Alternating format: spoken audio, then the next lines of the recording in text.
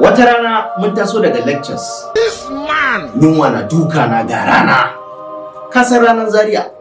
As usual mun yanko da gayu kenan kawai ina dan lekawa kawai sai naga wani gayi ya tsinci kuɗi a ƙasa. Yana daukan kuɗin nan kawai gayan na ya nufi gayan da yadda ku.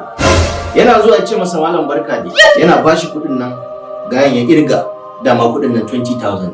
Yana irgawa kuɗi ya cika daidai sai dauki naira 5,000 ya bashi. Ni kuma daga nan haka sai ce hustle ya samu. Kawai yana zuwa ina da yanka kwana ni ma kawai sai na goni yadda wallet.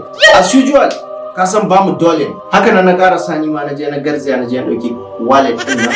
Ina dauka na bi gayan nan da gudu yanda ka san aljani na nemi gayan nan na rasa. Can na go shi ya zo ta ajibita ya dau hanya. Tuni na tar dan a caba yana ina da ka je ce bi su dai.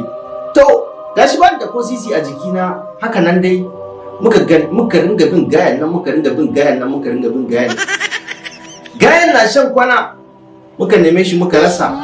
Shikenan mun taho sannan muka je har kusan flyover kawai sai ga 'yan sanda akan hanya. Aka faka mu aka ce mu fito da a caje mu. Ni da confidence saboda na san bani da wani exhibit a jikina. Ina garzoyewa kawai. Sai na zo wajen na ce officer what's up? Sai ce kai karka wannan rashin kunya anan. Officer nan kawai sai ya dauki ɗan jakana ya bude daga bai samu komai ba. Ya zo caje ni sai samu wallet din gayen nan. Sai ce wannan na waye? Sai na ce na wani gaye ne da yayar. Wallahi muna ta bin sa da mu bashi. Bude wallet din nan din da yi kasongo sai ga raba na wiwi an murza su har da koken.